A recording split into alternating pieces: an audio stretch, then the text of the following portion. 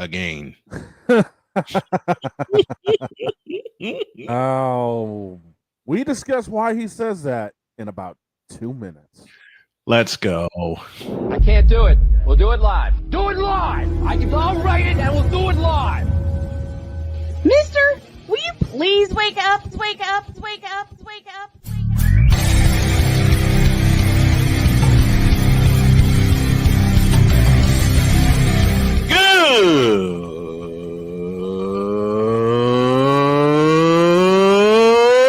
Good morning! Snowman here to all you Brock Purdy and San Francisco 49er haters. Shut up! I gotta thank you, Shane. I mean, whatever happened to the games where breaking 100 points was, I don't know, unusual?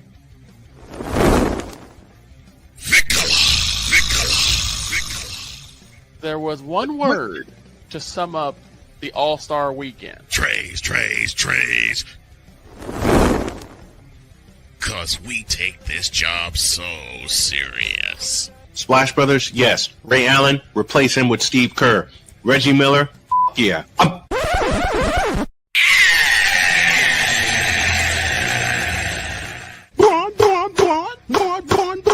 What in the all types of blue hell? Nothing about this feels serious. Oh, yeah! Let's go, baby.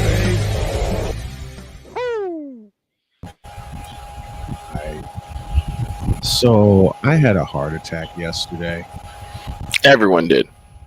Yeah, I could see why after that game. Good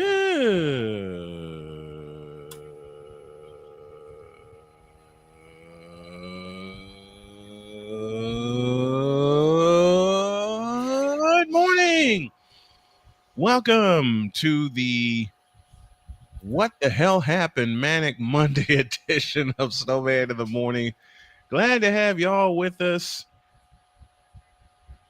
This first hour is powered by Invader Coffee, fuel for the fearless.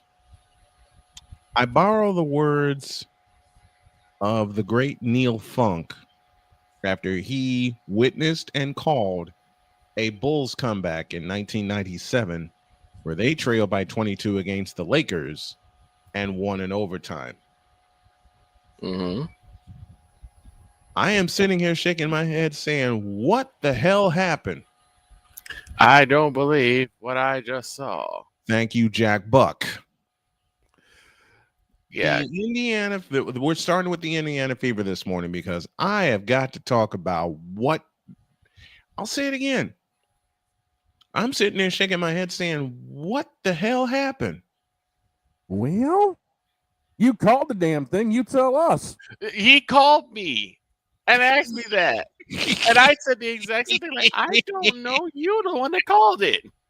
He called me asking me the same thing, and I was like, that was some crazy BS is what that was. Yes. Yes. That was That insanity. was nuts. Because nuts. You went from the half and you're like, okay, it looks like the Fever have just straight up just given up on the season. That's how they looked. There was no fight whatsoever. What did I say at halftime? There was no fight. There was no punch. There was no nerve. There was no passion. There was no passion. That was the big word I was using all throughout halftime. And then all of a sudden, I think they heard you. Someone heard you. Something got that team rattled. And after Sophie Cunningham went down, which broke my heart. It was like, no. Sophie's injury broke my heart. Yeah. And Do we have any updates on what it is right now? No, we don't have any updates. Let me take a look. While the dog checks that, let me continue this tale of a comeback. Mm-hmm. I said every negative and true thing I could about the first half of the game yesterday against the Connecticut Sun. They were down by 19, trailed by 21. After we lost Sophie Cunningham to a knee injury, and I don't think we'll know more until this afternoon. Nothing has been listed, but there is an MRI scheduled for today. Okay. After we lost Sophie, I said, okay, that is probably the end of that. Somehow a switch was turned on.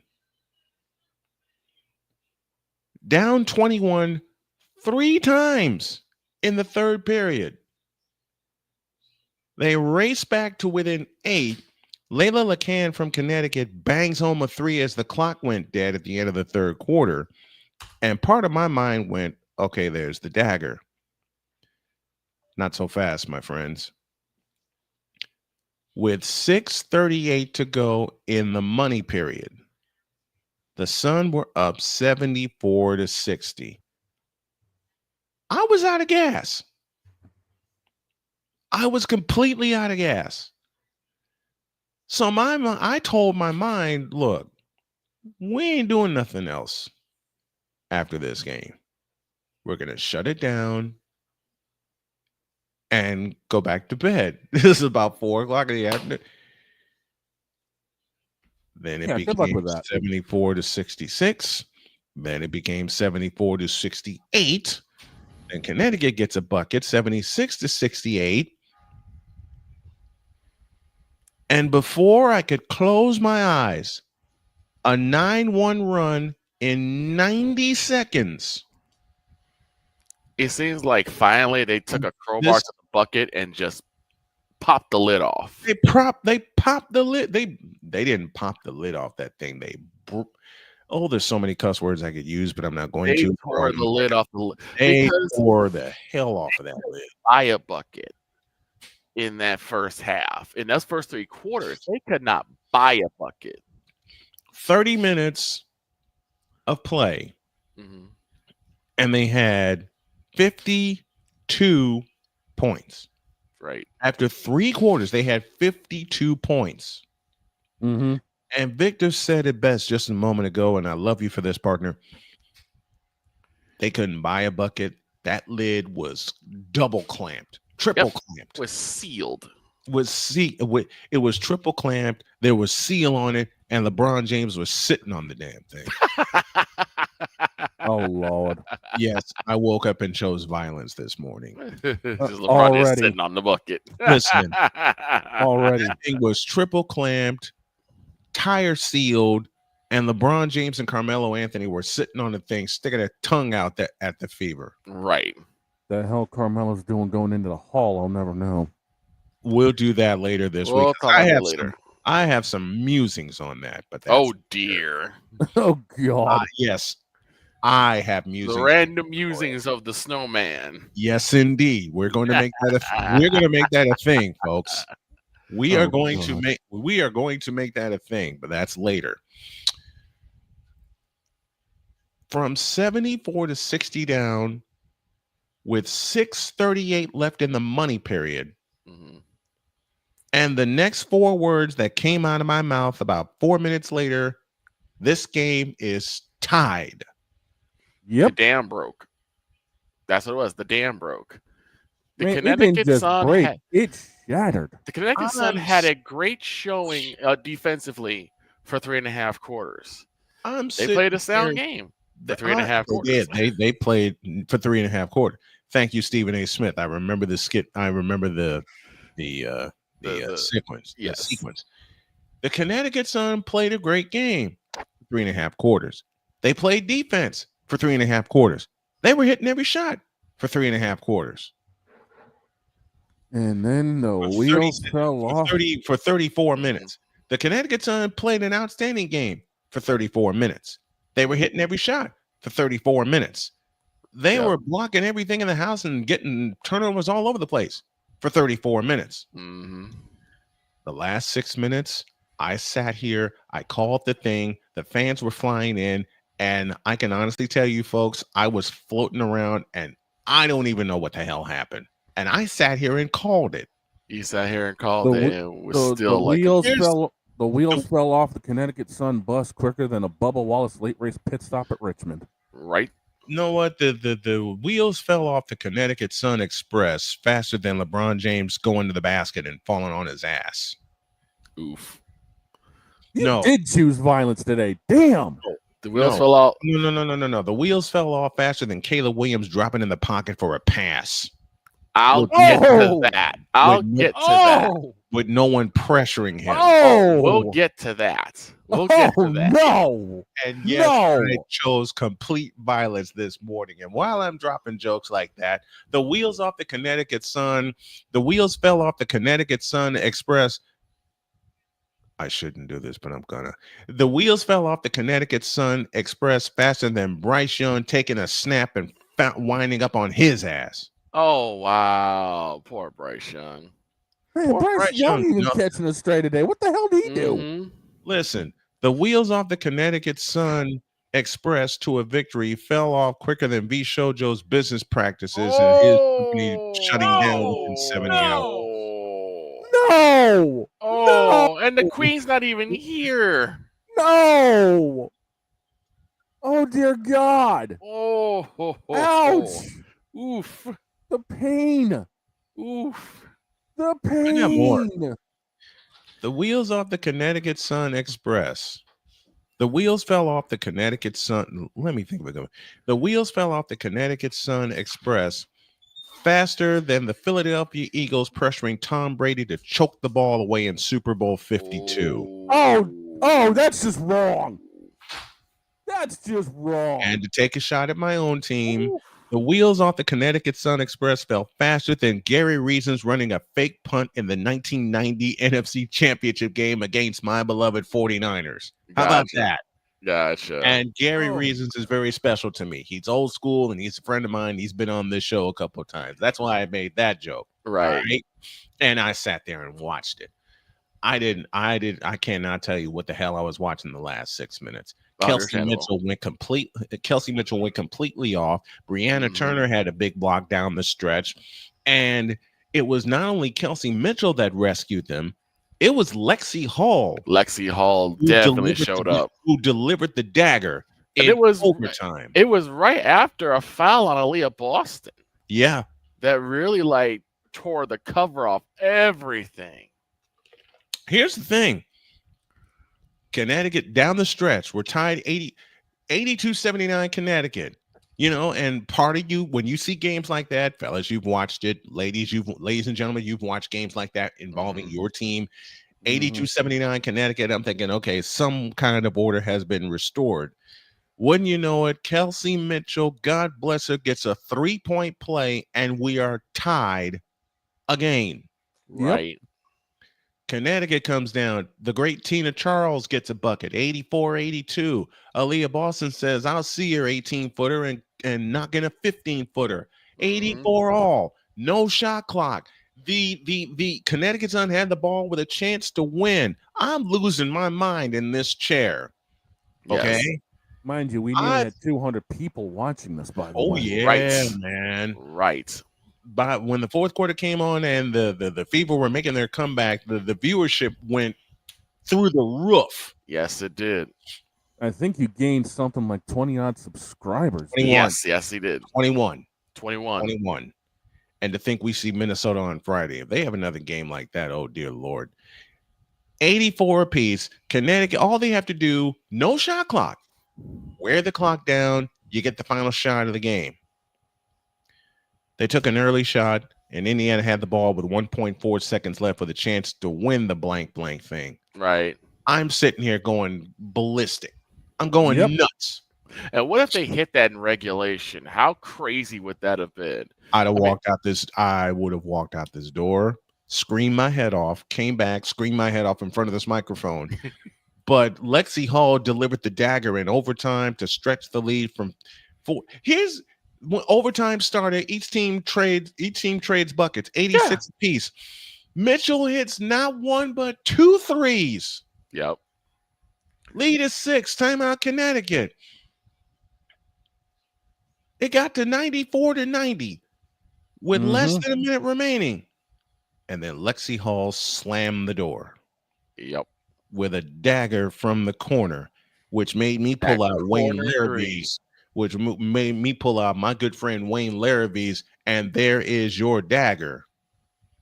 Right after I was like, and that's what you call a dagger. I use the chisel down. It's he put the dead Mickey in the casket and put the final nail in the coffin because that's what Lexi that Hull was. sealed that bad boy. Mm-hmm. That's what you call a team victory. Dwayne Musso from Canada, one of my fans and a member of the channel, said, and Clark Goodlow said the same thing at halftime when I went on my rant. They need to play team basketball. Yes, and I can hear every voice that's against my Fever mocking me, and it kept pissing me off. And that led to my rant. Mm-hmm. And wouldn't you know it, 99-93, Indiana wins in overtime. I couldn't believe it. I sat here and in 30 years of doing sports, that was one of the games I still can't believe. Another and I've miracle. had, thank you, Victor. I've had the Maris miracles. I've had walk-off double overtime touchdowns. I've had a walk-off single in the 12th inning in a couple of games. I'm like, what the hell happened? Yeah. I went in the bedroom well, actually, I called Victor right after I signed off. Yes. And I went right after. And I went, what the was that? And again, I'm like, why are you asking me? You called it. I have no idea. He calls me up. I called the dog after I called Victor and asked the exact same question. Yeah, and I'm like, well, that was some crazy BS is what that was. I'm like, I have no clue. Because all intents and purposes, the Fever should have been dead in the water. Dead. Yeah, they were dead. They were dead. And they're like, nope, we're not taking this line. Now we're gonna give them the best, the best 2 quarters of basketball we got. Now you can break this game down any way you want. They should have played a full 4 quarters. You can say all of that any kind of way that you want. And you still be right. Every bit of that criticism is correct, and it's also true. But the end result is that the Indiana Fever rescued a game that they had to have to keep themselves in playoff contention. And now, thanks to the loss by Golden State yesterday, they're back in the 6th spot. Yep.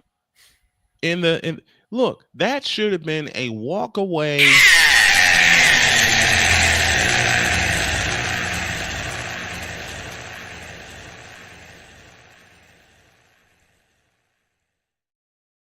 Yeah. Then the Fever woke up and told me, "You fool! Don't doubt us." From the jaws of defeat, they snatched this one. And what did some of the folks in the chat say yesterday? They were crediting me for willing them to that. Yeah, win. they said they were. I even made the joke saying that Snowman called the game right. Yep. Here's the craziest part of all. I went in the bedroom after I talked to both Shane and Victor yesterday. My wife's eyes were this big. Right. She was dead asleep at halftime, okay? She was dead asleep. Then the end of the game happened, and her eyes were like this. And I said, honey, before you even ask, I don't know what the hell happened. I don't know. 99-93 to final, the victory for the Fever in one of the most epic comebacks I have ever seen in 30 years. And thank you to 4.2 thousand watched that game yesterday. 4,200 plus. And the number's still climbing. I wouldn't be surprised by the end of the day if this busted our record that we had when we had Nebraska and Iowa 2 years ago for the Big Ten championship. Yeah, which was a mess. And everyone said the same thing, that Snowman has one of the best play-by-play calls. Yeah. Wasn't the Iowa Nebraska game something like 50-odd views or something? 5,300. Yeah, this one's gonna be on top of that. I think this is gonna top it. Oh yeah. I think this is gonna top it before the day is out. I think this is gonna top it. Oh yeah. Whew. My goodness. Right? Like I said, The Fever at halftime told me, "You fool!" And I know the television and the radio voice of the Fever have got to be going through what I'm going through, which is not having a voice. Yeah. Like, what happened? I swear to God, the needle moved with about 6 minutes remaining in the fourth quarter. I hear it's what the hell's going on out here? Yes. Thank you, late great Vince Lombardi.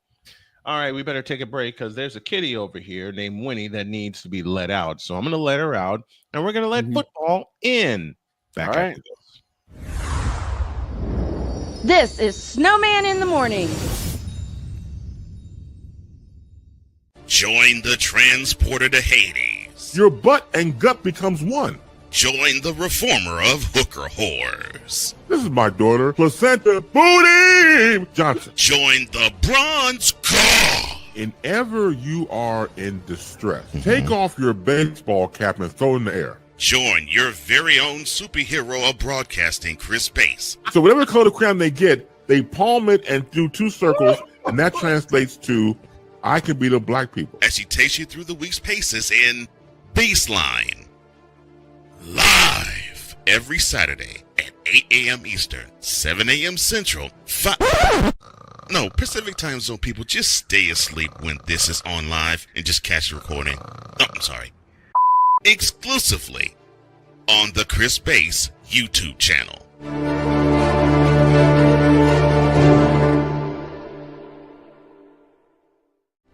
Are you ready to upgrade your coffee game? Prepare for an invasion of flavor with Invader Coffee. It's the caffeinated elixir that fuels champions, the blend that pushes boundaries. Whether you're battling deadlines or exploring uncharted territories, Invader Coffee has your back. Join the invasion at invadercoffee.com and taste the difference for yourself. Use the code Snowman for 15% off your first order. Invader Coffee, veteran owned.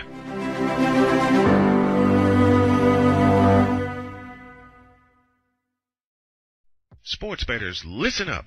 Your favorite sportsbook, BetUS.com, is back and in our 30th year of action.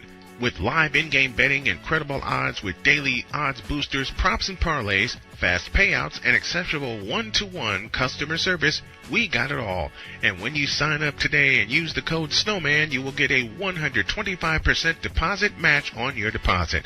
Log on to betus.com or call 800-792-3887. That's 800-79-BET-US. BetUS.com, where the game begins.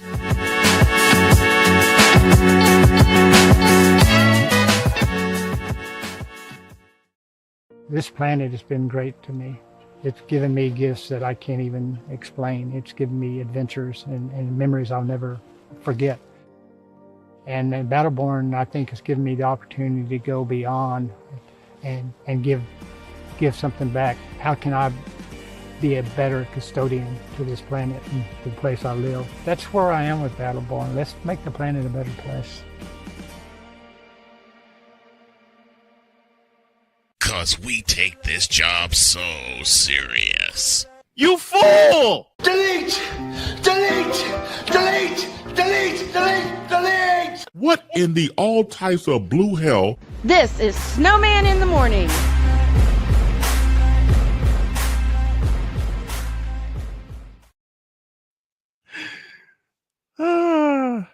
Back here to the What in All Types of Blue Hell Monday.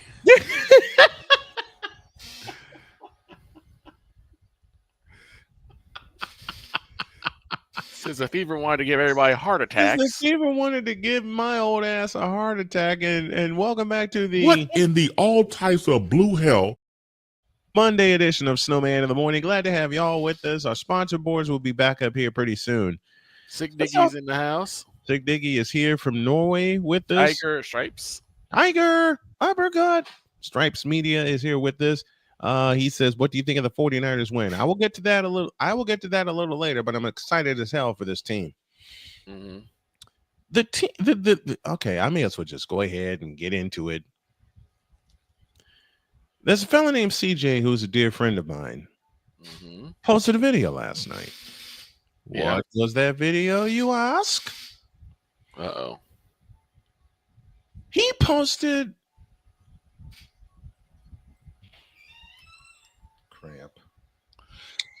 He posted a video.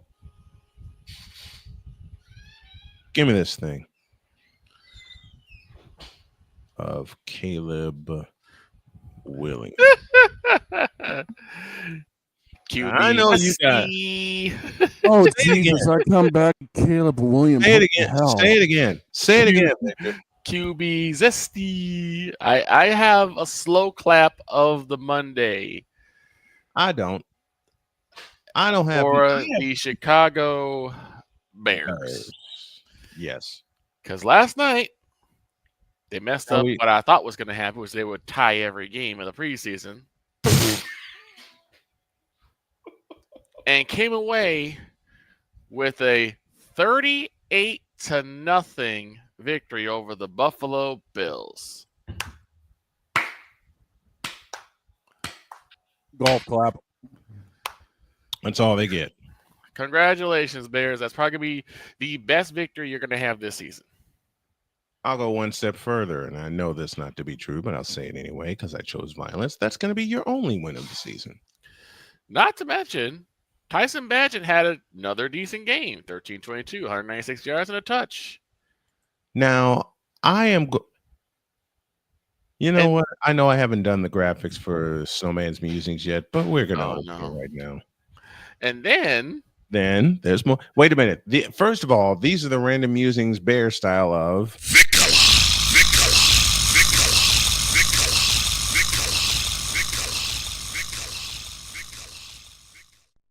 and then Caleb Williams.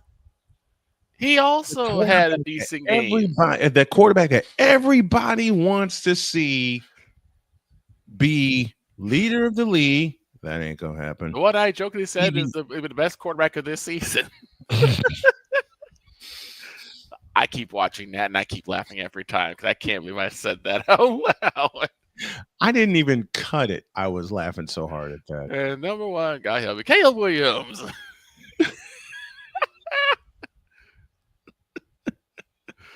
It even got Deb. That's why I started laughing. It got Deb. Deb told you to shut up. Yes, I don't blame her. That nonsense. But anyway, Caleb Williams, 6 of 10, 107 yards and a touch. No picks. Well done, Caleb. Well done. Chances are the Buffalo Bills are probably running their third and fourth stringers. Probably their fifth stringers in terms of defense. They ran their fifth stringers at Caleb Williams. So you probably didn't run into any defensive problems. And Walker looked amazing in terms of catching and running. Not bad. Mm-hmm. Not bad. I mean, Ian Wheeler, the running back, one of the running backs for the Bears, 19 carries for 80 yards and 2 touchdowns. Again.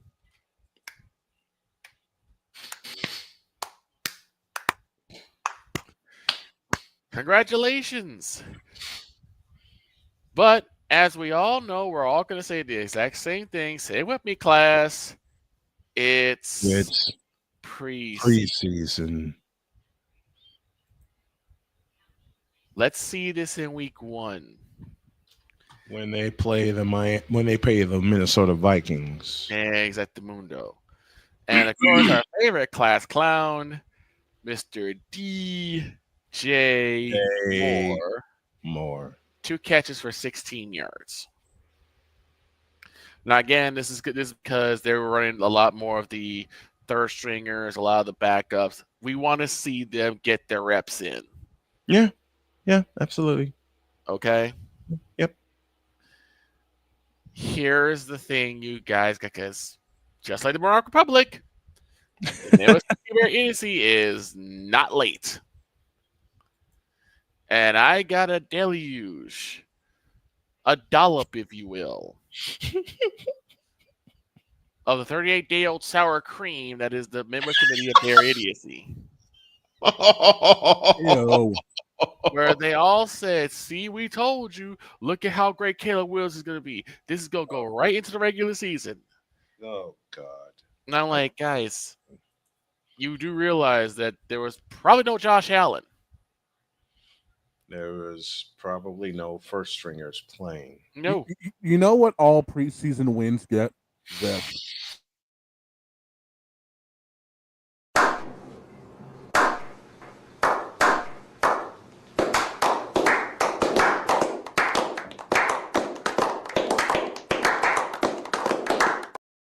Exactly. You. I was about to load that up. And then You, and for once you beat me to it. You. And I here's love the you thing. for that. You know who the top passer for Buffalo was yesterday? Bears fans remember this name. Mitch Trubisky. Mitch Trubisky, 7-13 for 55 yards. So they're applauding a victory.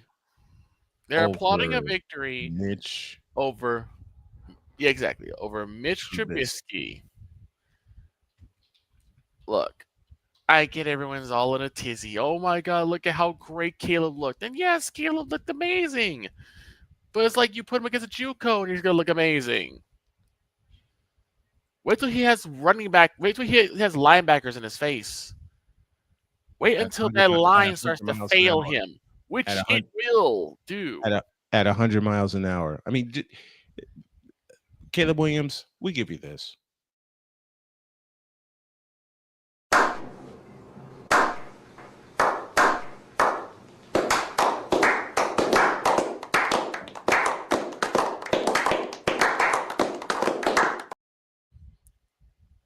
Like I said, yes, well done. Well done. 38-0. Nothing to sneeze at. It's preseason, though. You know what? Let's do this when it's time against the Packers. Then come talk to me. Let's do this and not have them choke away a game against the Detroit Lions. Yeah, let's see this against the Lions. Then come talk to me. And the Lions are completely healthy, by the way. Let's see them do this against the Minnesota Vikings in week 1. Let's see this against the San Francisco 49ers. At Levi's Stadium. Then come talk to me about aspirations. Then y'all can talk. Then y'all can talk to us. Because if you ain't talking about that, as the brown dog from the Bugs Bunny cartoon says, then shut up. Mm-hmm. Have you got a playoff berth? Any? No. Have you thought about getting to the playoffs? Any? No. Then shut up. That's my musings. I'm not going to waste that much time on the Bears. These are the random musings of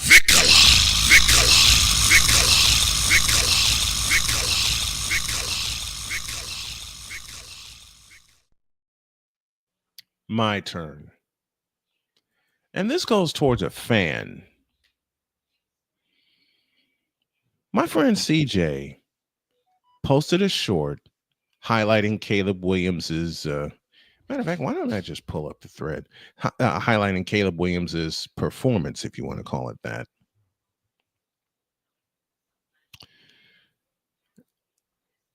And I said exactly what the boys are saying. Do this on September 7th and beyond. If you do it on September 7th and beyond, then maybe, just maybe, I'll somewhat change my mind when it comes to Caleb Williams. Right. I'm not changing my mind when it comes to Caleb Williams. Caleb Williams went from quarterback to diva in 1 year because he thought he could get more views at Southern California. Yeah, when everybody saw you sitting on your ass talking to your mom after Utah socked you in the mouth. Twice. Look, I'm still trying to find the chat thread that here we go. My man Chris, aka CJ. Quote, Caleb Williams is back. Throws TD pass to Zacchaeus. Bears versus Bills. Close quote. I responded with the following. Open it. Oh boy. Quote.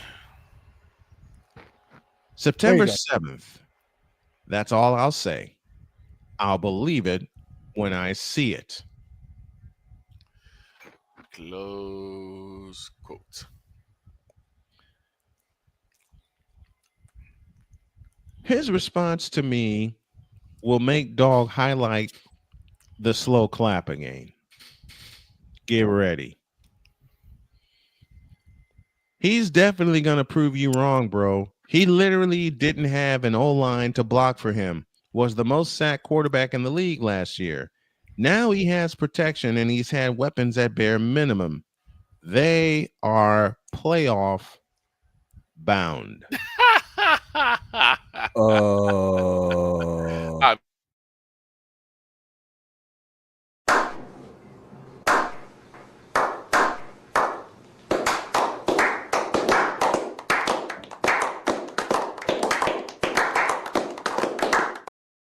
I'm sorry, So you CJ. beat the little sisters of the poor disguised as the Buffalo Bills last night, 38-0.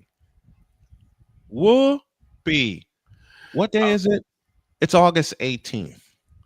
I'm sorry, CJ, but STC, bro. Just stop it. Mike, where? You know a button to press. Yeah, I do. Stop it. Get some help. Not that one. Um, STC. Stop the. Oh, that Stop one. the cap. Yes. That one. Oh, there's more. There's more in this conversation. I was actually thinking more like for in this case. English. Do you speak it? No, that doesn't apply here. He says he's going to prove me. They are playoff bound. Playoff bound, you say? The only way the Bears are playoff bound. Just a moment. The Bears. My response to him when it says they are playoff bound was Playoffs? Don't talk about it. Playoffs? You kidding me? Playoffs? that'll be a clip coming up soon. Playoff bound. The Bears are playoff My ass. bound. I mean, the only way the Bears are the Come here, playoff bound. Come here, BGS. Say part of it for me, will you please? Now that's some bulls. The only way that the Bears are playoff bound is that the NFC North completely collapses. The only way the Bears are playoff bound is if the three other teams in the NFC North went to other divisions. Right. The Bears are playoff bound. I don't remember asking you a thing. The Bears go to the NFC South. Oh, by the way, just a note, thank you, Deets, for this. The 0-16 Lions, remember that team from 2008? They went 4-0 in the preseason. Right. Good point. Very good point. So, CJ, I love you dearly, but do we really believe in Caleb Williams? Hell no. To the no, no, no. Hell to the no. Hell to the no. To the no, no, no. And look, I want to give Caleb Williams a chance. I really, really do. I'm not. I know you're not. Show me. All I gotta say is show me something. That's all. Well, show me something. We have to wait until September to I know. Dang it. But I want him to be good, right? But we can't take a preseason game where, especially the second to last preseason game, where none of the first stringers are playing. None of your starters are playing. None of your backups are playing. The Bears. I mean, it's like gloating about winning 38-0 against the Water Boys and the Towel team. That's like gloating about winning 38-0 against LeBron and his team. Oops. That's like gloating about winning 38-0 against the Carolina Panthers in week 1. Oops. No comment. That's like winning 38-0. If that's like winning, I shouldn't, but I'm going to. That's like winning 38-0 against Gerard Mayo's first preseason coach team. Oh, hell no! Shut up, bitch! Oh my God! And then he says to me, "You don't want me on your show, bro." Wrong answer, motherfucker. You don't want this smoke. This is the same man who's a proud member of the Moronic Republic of Cowboy Nation. Oh, not the God. Cowboy fans, not rational Cowboy fans. This is the same man who's a proud member of the Moronic Republic of Cowboy Nation. So he's both.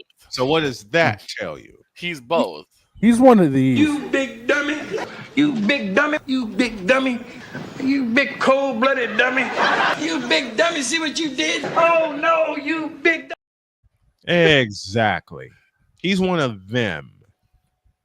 And of course I'm messing with him now because he loves messing with me. But listen, that's like, well, how do I classify this Bears victory over the Buffalo Bills 38-0? It's August. It's preseason football. It's the Bears' best bet to win a game this year, period. How about that? It's like Tiger Woods getting 18 hole-in-ones on a mini golf course. Who cares? You know what, Fit Down Sport? You know what, Dates? I love you. The preseason is like Vegas. What happens in the preseason stays in the preseason. Yeah, I'll unless it agree with gets that. filmed and put online. That's like celebrating Dak Prescott throwing for 400 yards in the preseason against the Little Sisters of the Poor backup team. I knew it was coming. So the fourth string Arizona Cardinals? More like the fourth string string Cleveland Browns. Thank you. The fourth string combination of the Browns and the Cardinals. Ew. Ew. Like I said. Exactly. It's a fourth string combination. It's a fourth string. No, change that. It's the fifth string of the Cleveland Browns. Ugh. Does that tell you anything? Danger Shador Sanders. Oh no. It's dear Here we God. go. I'm gonna come up with this. It's like the fifth string team. It's like a fifth string team fielded by V Shoujo. Oh wow.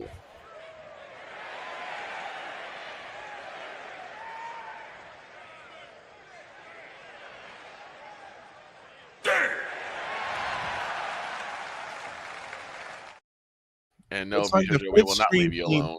It's the fifth string team fielded by Gun Run and V Shoujo after having a week to put them together.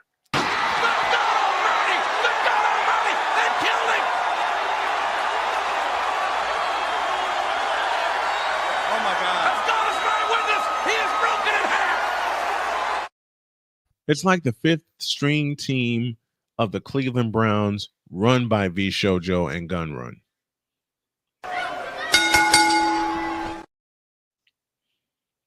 It's like the fifth string team of the Arizona Cardinals being run by Alistair after he runs out of bets. You're screwed. Yeah, you're totally screwed. It's like the fifth string team of the Arizona Cardinals being run by a Cowboy Moronic Republic member.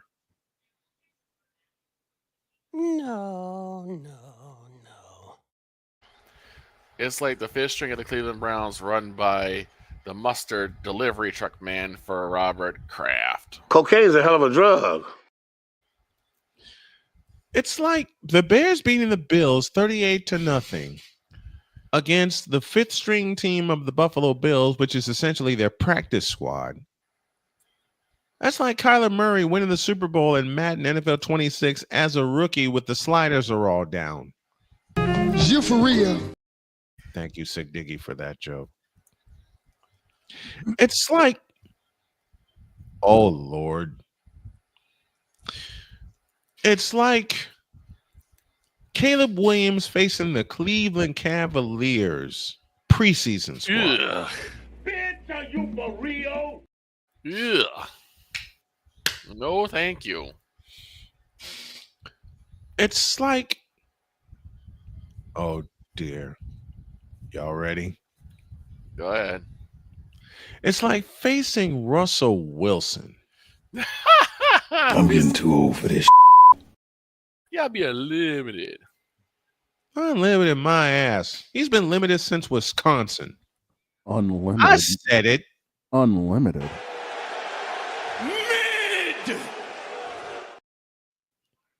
Mid.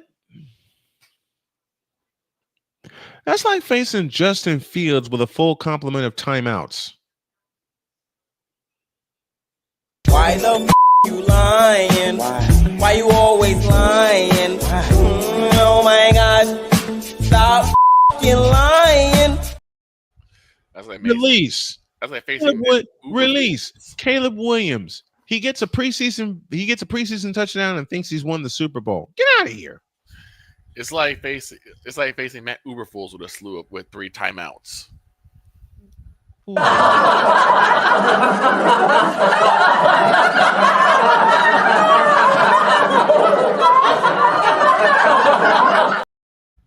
It's like watching the Seattle Seahawks and the Arizona Cardinals battle for 70 minutes, and all they get is 2 field goals apiece.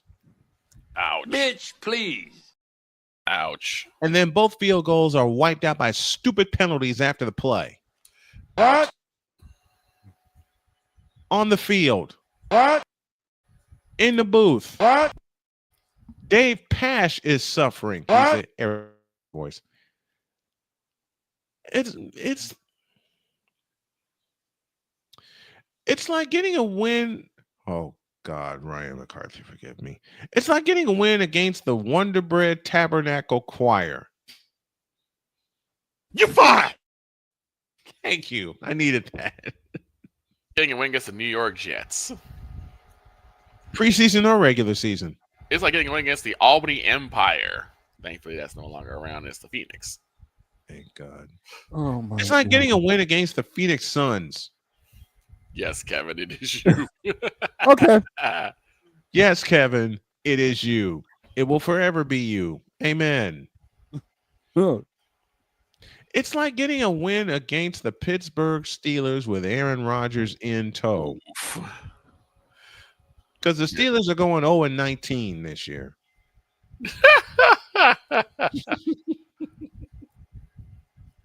Oh my God. It's No, like here getting... you go.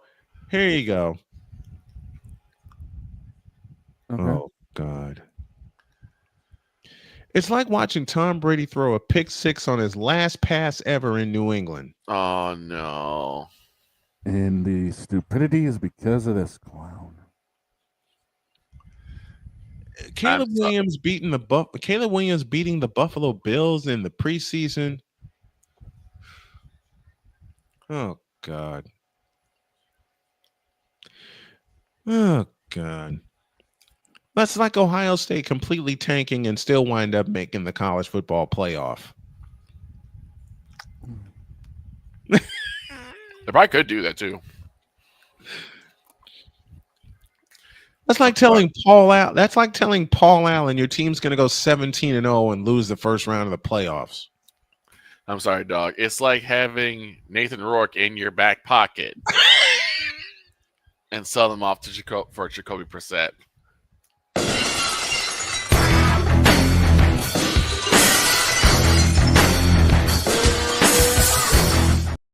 And to show that I can hurt myself better than anyone can hurt me, it's like setting up a play to have Ezekiel Elliott as your center.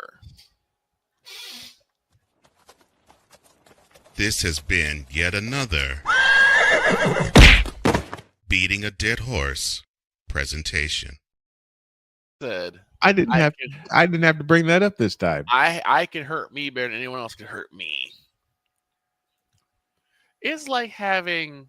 It's wait. Hold that thought. It's like thinking you're the New Orleans Saints. It's like you're the New Orleans Saints thinking you have a victory. All you have to do is make a stop on 4th and 2, and this happens. Garoppolo fires. It is caught still on his feet. Is Kittle with a big play and the stiff arm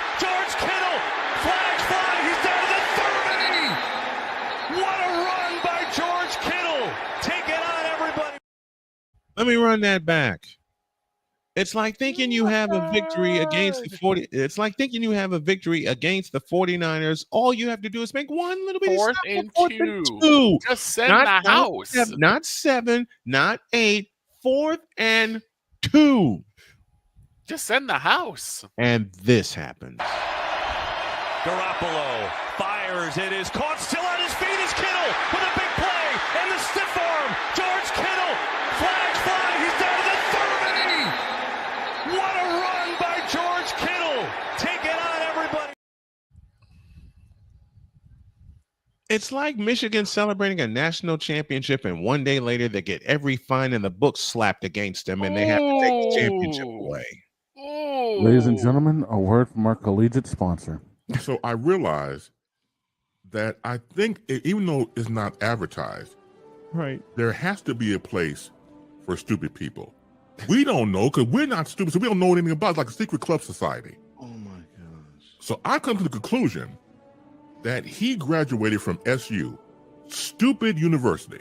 Yeah, all the stupid ass letters that go along with graduating high honors of being stupid. I can't do no more, man. Vámonos, dominos, vámonos. Stupid university, where everyone graduates magna cum stupid. That's like you're the Connecticut Sun with a 21-point lead and you wind up losing in overtime by 6, going away. It's like you trusting your future for Colin Kaepernick. Absolutely. And to we which all at know one point the Niners did do that when they took down Jimmy G and put up Kaepernick again. That's like, dear God in heaven. That's like knowing you have Derrick Henry in your backfield and you trust this guy to run your offense correctly. Oh, dear God. That's like you have a slew of free agent receivers out there for the choosing for your supposed franchise quarterback, and you choose him. That's like subbing out LeBron James and bringing in Bronny James. That's like trusting Bronny James to be a quarterback. No. N-O, no. N-O, no. N-O means no. Excuse me. I'm gonna excuse me. I'm about ever to take, put that blasphemous thought in anyone's head. I am going to take a walk. Excuse me.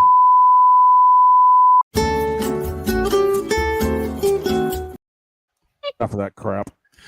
Oh, hell no. Exactly. Okay. Oh, hell no. That's like thinking you're coming to a competently run team and then you find out this guy is your owner. Damn. Yeah, no. I'd walk right back to let me stop. That bug-eyed dummy. That's like you want to get ahead in life learning, but you run into this. This moment of bronze sexual stupidity is brought to you by Hooked on Bronix. When you start talking like an idiotic bronze sexual, Hooked on Bronix can set you right. Call 1-800-YOKAY. Real LJPN. Now approve all this.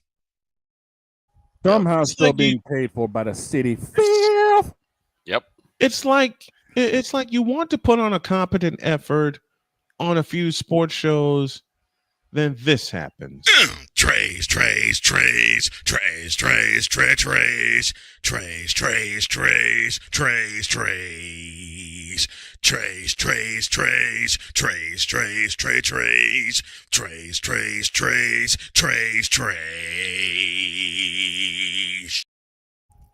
It's like going to a Taylor Swift concert and getting stuck with this.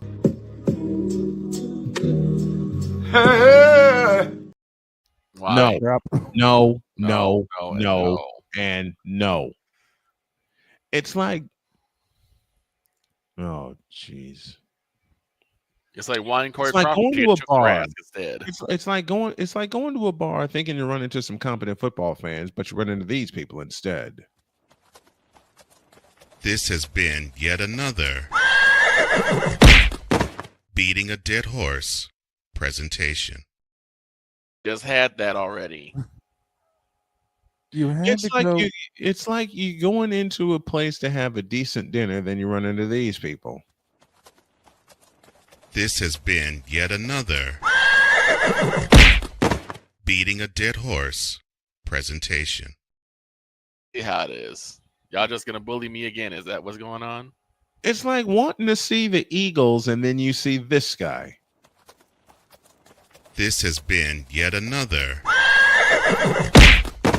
beating a dead horse presentation. And why are we making all these jokes at once? Because yes, LeBron, it is you. It has always been you. It always will be you, forever and ever. Amen. Somehow he went from the Bears to LeBron James. Because we have very sick minds. I don't even know how that happened. You went from the Chicago Bears, Caleb Williams, all the way to LeBron James. Dear LeBron, You're fired. I'm sorry. That was okay. It's like you want to have a rational conversation about anything, and you run into a few of these. Oh no! What you mean? Shut up! Mean, man? Shut up, both of you. It's like hiring a competent owner to run your basketball team. You get stuck with this idiot. Oh, Pat! Ouch. And once upon a time, he was a hell of a coach. Oh yeah. It's like thinking your team actually cares about something, but it turns out we do not care. That's true. That is very true. It's like going to a talent show to actually see talent, but then you run into this.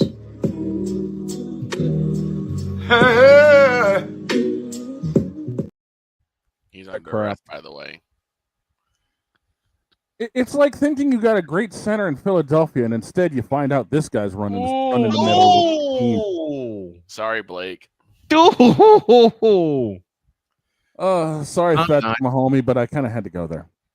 I'm not sorry, because it's the truth. Joel Embiid sucks just as much as LeBron James does. Joel Embiid sucks as much as Caleb Williams does. It's I didn't like like that. It's like thinking you have a competent basketball player and you have Saucy Cat. Oh. It's like thinking you got a shot in the playoffs and then you end up running into Game 7.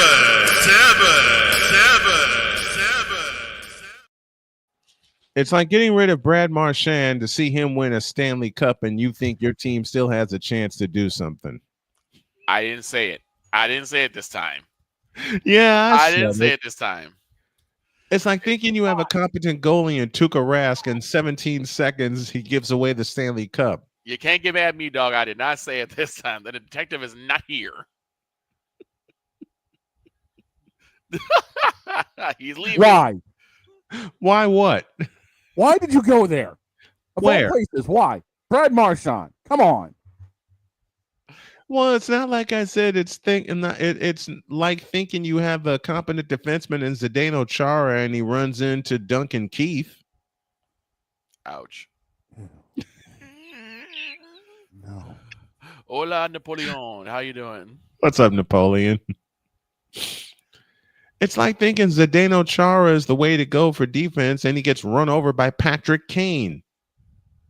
Well, Patrick Kane is Patrick Kane. Why you keep bringing these bones out of Boston's closet, dude? Oh no! It's like thinking you have a competent second baseman, and you realize he's Tony Graffinino. Off speed, Graffinino. Oh no! And while I'm making this slew of jokes against Boston, It's like thinking you have a competent first baseman. And it turns out it's Bill frickin' Buckner. Now, see, you made that joke yourself. I mean, there's no lie, but you made that joke yourself. At least I'll take that crack because it was sitting right there. Right. It's like I'll be able to hurt myself, but anyone else can hurt me. Same with me. It's like thinking you have a competent pitcher, and then you see it's David Wells facing Tadahito Iguchi. And this is after Wells got done having a bender the night before. Yep. For those that don't know, his perfect game in New York, he literally was hung over for. He was. He was. It's like thinking you have. Oh dear. It's like thinking you have a competent goalie and it turns out to be Tuukka Rask.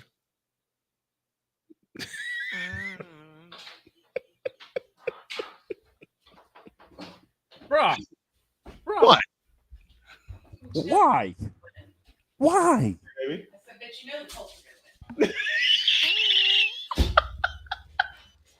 It's like when you have two teams in the household, one participates in the Super Bowl, and the answer is always the Colts. I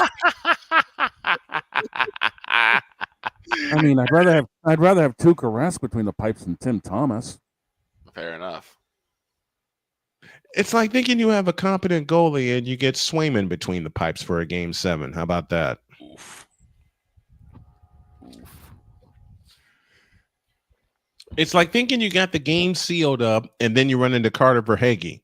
It's like wanting a competent basketball player, but you get JJ Redick instead. I got him. I am about to pull a Kenny here because No, I you're not. can't say what I want to say. You can't do it. You guys suck.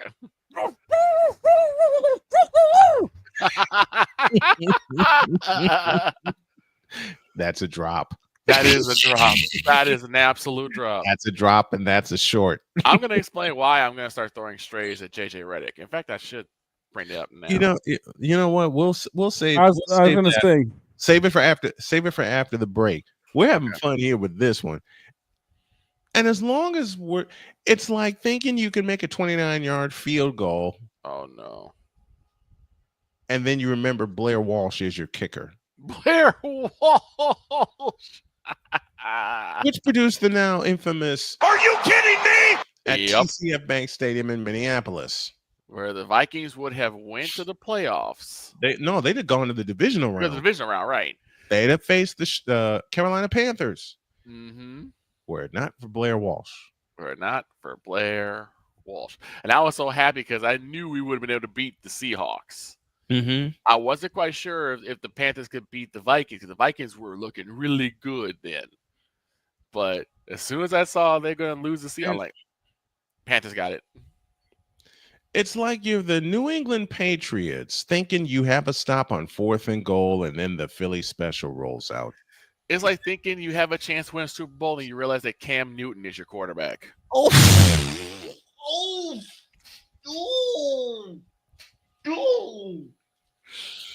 And the last shot I'll take before we go to a break. It's like thinking, I got 22 years. Who's this kid starting opposite me? Then you realize it's Brock Purdy. Oops.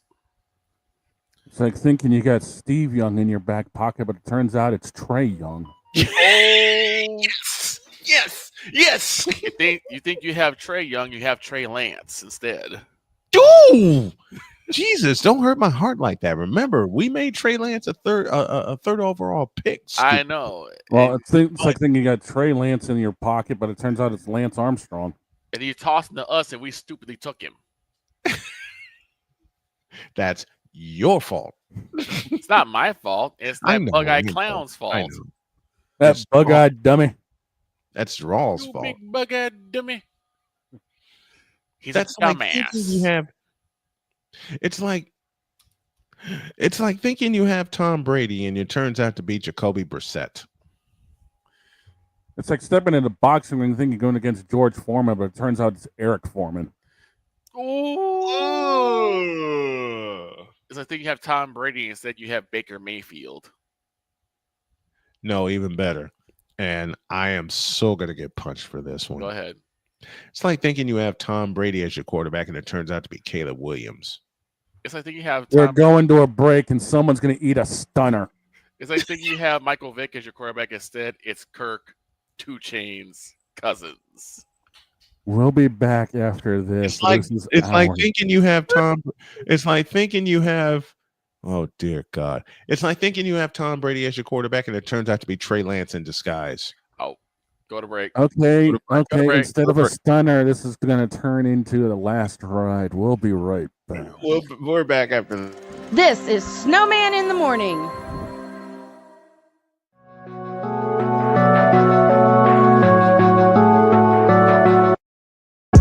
want to do a TED Talk, but I don't have anything to talk about yet. I'm getting there. Life is for the living. We're not here that long. You can learn anything you want to learn without any money spent. What do I really enjoy? What do I really want out of life? I am your host, WIZE. Are you in a life holding pattern? Well, this is for you. Welcome to the Stuck in My Mind podcast. Live every Monday, Tuesday, and Wednesday at 4 p.m. Central.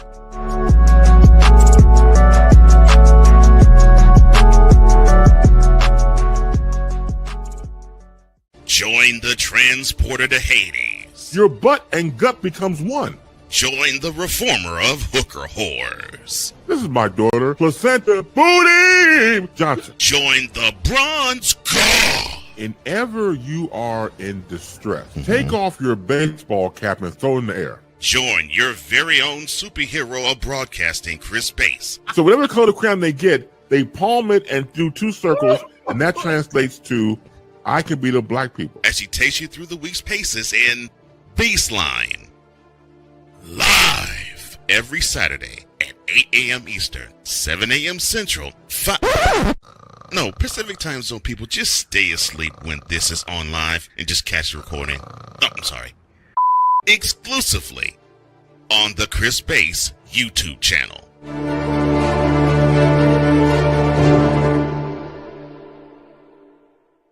Hey, Eagles fan. Join my man Cool McCain and a host of others as they break down every single game, every single week in an objective manner, and also from a fan's perspective as well. Remember, this cast feels just like you. Nobody likes you. And you don't care. Fly, Eagles, fly. Eagles Elite Podcast. Every Wednesday at 8:30 p.m. Eastern on YouTube and other podcast outlets.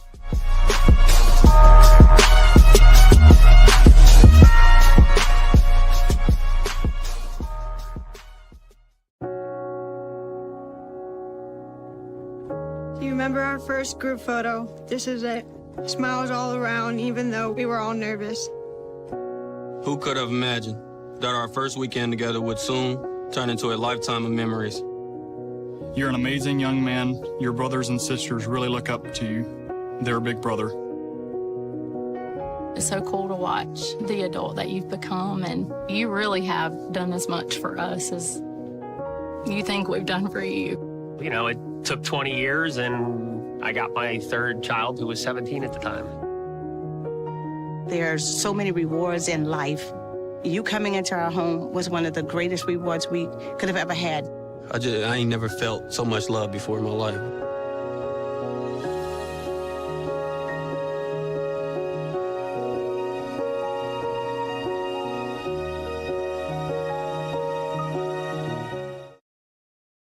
Whether it's news, the largest egg producer finds bird flu in chickens at a Texas plant, weather, devastating tornadoes rip through the heart of the United States, inspiration, a breast cancer survivor completed the journey of chemotherapy, and now begins a future one of matrimony, or sports. Michael Jordan is shown on a photo with Diddy. LeBron James has a video extolling the virtues of a Diddy party.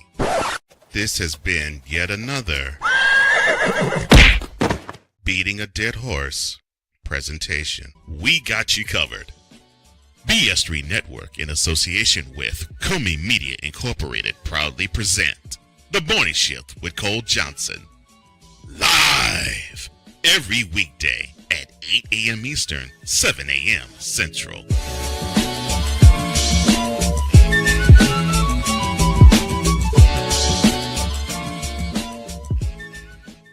Hey everyone, I'm joined by my old friend, Mr. Ellis Williams, AKA Mr. Biggs. You called me and you told me, you said, man, I got Car Shield and it worked. What made you get it? I have this old SUV and I know the manufacturer warranty is about to run out. I don't want to get stuck with expensive car repairs. Right. So I gave Car Shield a call. Coverage was very affordable and there was no long-term contract. A few months after that, transmission went on my car. I took it to my mechanic, they called Car Shield and saved my family and I $2,400. CarShield is America's #1 auto protection company. Their administrators have paid out over $1 billion in claims and cover most vehicles from 5,000 to 150,000 miles. You'll receive 24/7 roadside assistance, courtesy towing, rental reimbursement at no additional charge. Give CarShield a call today before it's too late. Remember, CarShield cars go farther. Protect yourself now against expensive auto repair bills. Call 800-513-9263.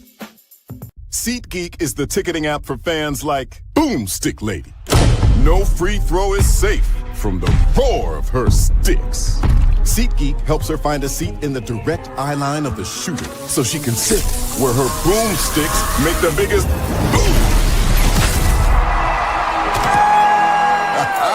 Everybody okay? SeatGeek handles the tickets to sports, concerts, and more, so fans can fan. Mister, how do you operate this Twitter thing or this Instagram thing or whatever the heck? You're supposed to know all this stuff. Anyway, welcome back to the show. This is Snowman in the Morning. Hour 2 begins with an ID. This is WBWS-DB, Chicago. This is WJKS, Indianapolis. This is WSMM-DB, Indianapolis, Louisville, Cincinnati. It's the Worldwide Sports Radio Network.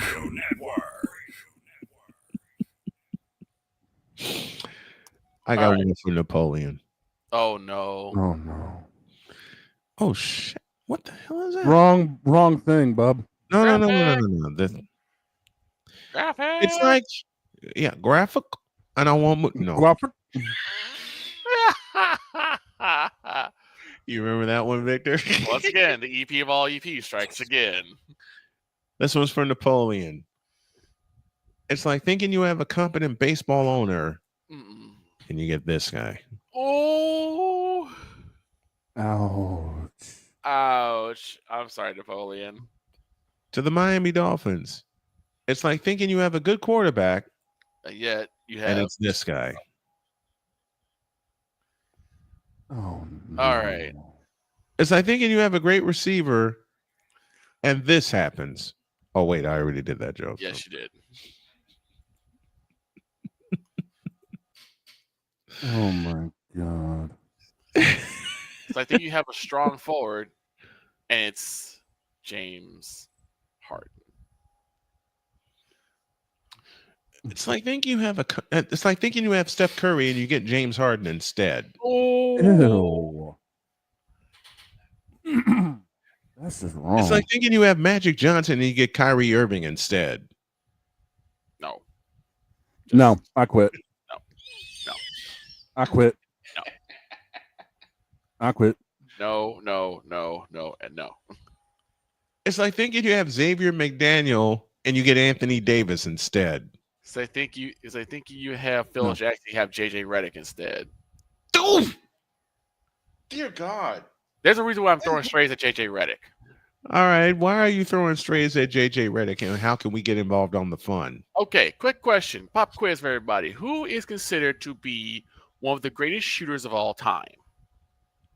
Stephen Curry. Before him. John Paxson. Before him. Crap. Dog should know. Larry Joe Bird. Larry Joe Bird. Everyone has already said that, yes, he is one of the greatest shooters of all time, if not the greatest shooter of all time. Good old Uncle Larry. Yeah. Except for J.J. Redick. I'm afraid. What weed is he smoking? He was on ESPN and was trying to explain how Larry Bird is not only not the greatest shooter, but not even part of the top 5 greatest shooters of all time. I'm sorry, what? Yes. You heard me correctly. He did what? Wait, where's Al? Al, where's Al Michaels?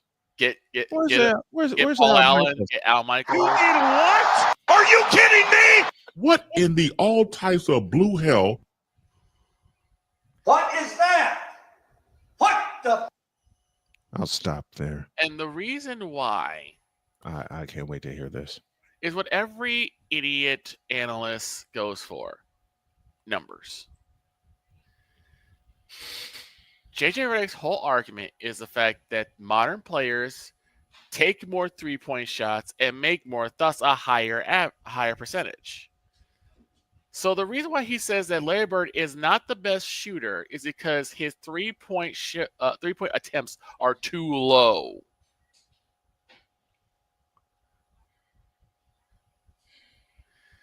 Now you feel my pain. It's like thinking you get a competent analyst and you get JJ Redick. It's like you get JJ Redick and you get Ryan Hollins. Under that mask, it turns out it's Kendrick Perkins. Oh, that mask is Nick Wrong. Both of y'all. Under that mask, it's Colin Cowherd. Oh, that mask is Skip Bayless. Under that mask, it's Stephen A. Smith. Smith. You bastard! Oh, that mask is Adam Silver. Under that mask, it's David Stern. Oh, that mask is Roger Goodell. Under that mask, it's Rob Manfred. All right, stop. I can't breathe. We're gonna kill Snowman. Let's stop. But I wanted to bring this up because Under that mask is Gorman Thomas. Oh. Under that mask, it's Gorilla Monsoon. And under that mask is Bill Buckner. Oh! Under that mask is Tuukka Rask. Oh, wow. We come back to that. Now, here's the other thing. Under that mask is Brad Marchand. Wait, he's a Panther now, so we can get him. We can leave him alone. So here's the thing. Also, he wanted to challenge the physicality in quotation marks narrative of the 80s because everyone knows that it was a lot tougher to get shots off when you were in the 80s. There was hand checking. You could body people. You could literally put yourself up. There was defense being played. Correct. Whereas if you sneeze on somebody, it's a foul. It's a technical foul. LeBron James, hello. If you pass gas in someone's general direction, it's a technical foul. LeBron James again, hello.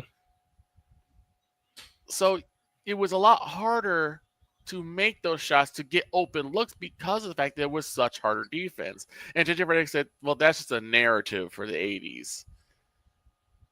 And that's the truth. All great basketball players can of any era will see another. He says, hold the phone, stop, penalty flag on the field. What? Yeah. Basically, he challenged the physicality narrative. Physicality narrative. Yes. I believe all great players of any era will succeed in another. Wrong answer. Say that again? He believes that any great player of any era can succeed in another. Basically, if you take someone like, say, Larry Bird and put him in the modern era, he should succeed. Just like if you take someone like, say, Steph Curry and put him in the 80s, he would succeed. I love Steph Curry. I think he's a tremendous shooter. But I think it'd be a much harder for him. Steph Curry would be nothing but a specialist in the 80s. He wouldn't be the hybrid guard that he is today. Right. So, JJ Redick, would you please shut the hell up? Dwayne. Please. Oh, hang on a second. Dear JJ Redick, Dwayne's got 3 words for you. Shut up, bitch. So, yeah, he's going to be our adult of the week for this one. Thank you, Victor.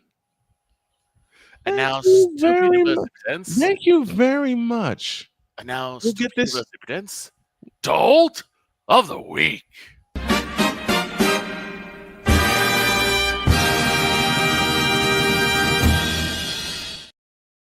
And we get sponsored by nobody. And once again, our adult of the week for this week is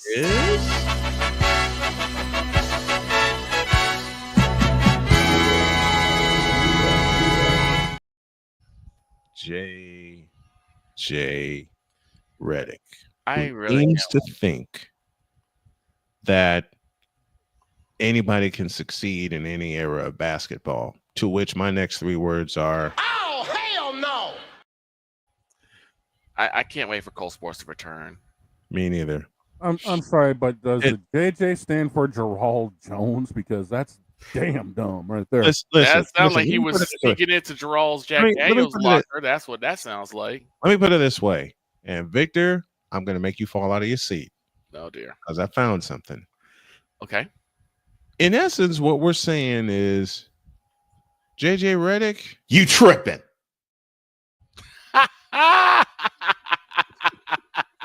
Nice. Once again, how did you get JJ that Redick, him? Kendrick Perkins, and all the other fake analysts like him? That ain't us. You tripping. Anyway, JJ Redick, you, sir, until you prove us different with some actual basketball knowledge, are our adult of the week.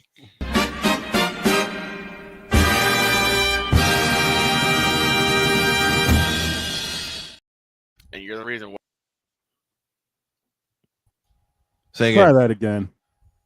And you're the reason why the Clippers will go nowhere. Can we talk some Big Ten football, please? Passionate. Come after me. I'm a man. I'm 40. Unflinching. Let's go back to losing. Parking was easier. Unrelenting. They're not going to keep him off the field tonight. Totally. This one has a chance. Deeds.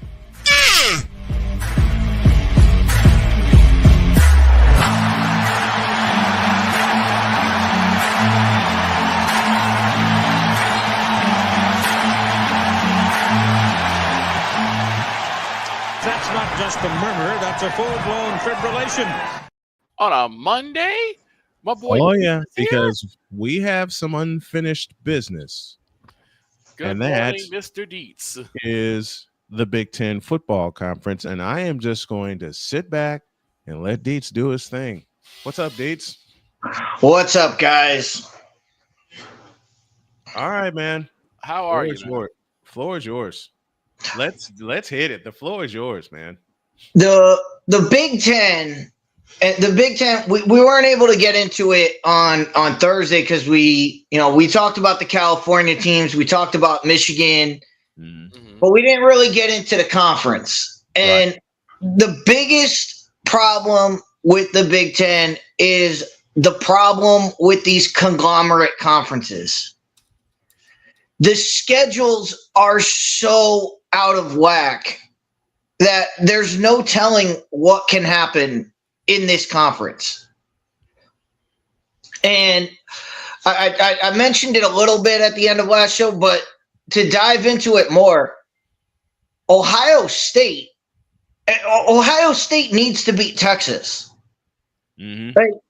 If they lose to Texas, they literally have two games on their schedule, two big games on their schedule. At home against Penn State and at Michigan. The rest of their schedule is garbage. And then you get a team like Oregon, who was in the Big Ten championship last year, and they have to go at Iowa, at Penn State, and they have to play. They have a ridiculous schedule. Oregon has a ridiculous schedule. Why? Because they won the Big Ten last year and nobody wants them there. You could tell that from the Oregon plays at Penn State, Indiana, at Iowa, USC at home. Like they play all these teams, while Ohio State doesn't play a single team until the end of the season. Right. So what does the team do when it's just going against nothing but unranked And garbage? not to mention the fact they have to go, and here's a game I'm going to pay attention to, and Chris, you pointed this out to me, and Victor confirmed it. Mm-hmm. They have to go to Evanston, Illinois. Yep. Northern does to play Northwestern. Victor, your question. Here's the thing. So what does a team that basically has nothing but pan-fed garbage do then in order to get themselves in playoff bound? Because if it's about who you beat and the schedules are already set up, what does a team that has basically deal with trash can garbage, what do they do? Well, we saw it last year. You don't have to do anything. You don't have to do anything. SMU made the playoff. They did not play a single ranked team all season. What happened? They get in the playoff. They play Penn State and get routed. And they get routed. And we're going to, since we're in the Big Ten, and, I said this last week, it's all about expectations. And, I know we like to shout out other programs on the show. I'd love to know what Papa Blood is thinking, because he is an Indiana, I don't know if he's an Indiana graduate. I know he covers Indiana sports. Yeah, he does. IU football, IU basketball. He covers all of that. And I listened to him a lot last year with all the Indiana stuff going on. But I'd love to know what his expectations are of Indiana this year. Because you look at Indiana. Yeah, they made the playoff last year. But you look at their schedule from last year. They played 2 hard games. Right. One of them was Ohio State and Notre Dame. And they got crushed in both. So you can make the playoff by just beating up on these trash can teams. But what I've always said is it's not about how many wins you have, it's about who you've beaten. Right, and that's why I was asking that question, because that's the thing that we've been talking about. There is no criteria for how to get it right now. And we're 1 year into this, so we can only go off what happened last year. Basically, if you load your schedule up with trash cans, you can basically just say, "Hey, we're 11-0, we're 11-1, undefeated, right? We're 11-1. Put us in." Mm-hmm. And meanwhile, you've got teams playing, teams that might. They might lose a game. Yeah, they might lose a game here and there. Take Alabama last year. Lost to a couple trash can teams, but they also beat Georgia. They also beat, Ole Miss. They also beat some of these teams that they also won games that I said, you won a game. To me, it's always about win your way in. Mm-hmm. You can't, I don't care if a team loses a close game or loses a game that they shouldn't lose. I don't care about that if they have wins that propel them there. And that's the problem with this. But you're looking at how all this stuff is scheduled out. I mean, like I just said with Indiana, look at Indiana this year. Mm-hmm. We're going to learn a lot about Indiana this year because they didn't play they played 2 tough games last year. They lost them both. This year, they've got to go at Iowa, at Oregon, back to back. And then later in the season, at Penn State. Mm-hmm. I mean, so you got those 3 at least. So we're going to find out if Indiana is legit where they are, and that's why I said I wonder what the expectation. If the expectation for Indiana is, all right, you made a playoff, make a playoff again. Is that the goal, or is the goal to look better in those big games?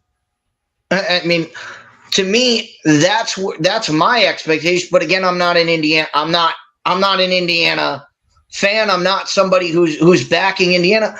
I want to see them perform in those big games. Mm-hmm. Right. Mm-hmm. And I'm going to rate them on those games. I'm not going to rate them on how good they look against Michigan State at home or against UCLA at home. Mm-hmm. I'm going to rate them. How do you look at Penn State? How do you look in Eugene, Oregon? Before you go any further, I want you to tell the fans, we discussed this a couple of years ago, and this is one of the first things you talked to me about on the air. You don't start putting out your rankings until week 4 or 5 of the season. Most of the time it's week 5. Tell the fans why you wait until week 5, which I think is the correct thing to do. Waiting on the rankings is the best way to do it, because I'm not watching, I'm not watching these teams.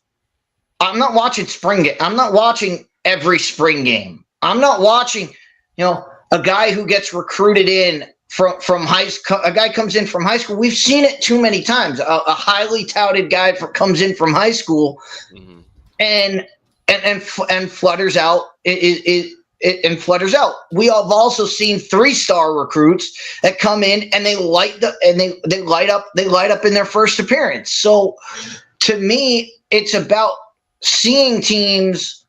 If I want to get to see them once. Yep. I want to see them once, and I want to say, all right, they played well. They played well, or they didn't. Then I want to see a second game of them and say, all right, they either duplicated their performance from the week before, or things really changed. And if you have one game where they looked like crap, one game where they looked really good, then we need a third game to decide which one was the outlier. Right. And that's usually why I wait till about week 5, because that gives me a chance to see all of these teams in action at least 3 times, so that I could say, all right, this is where that team is. This is where that team is.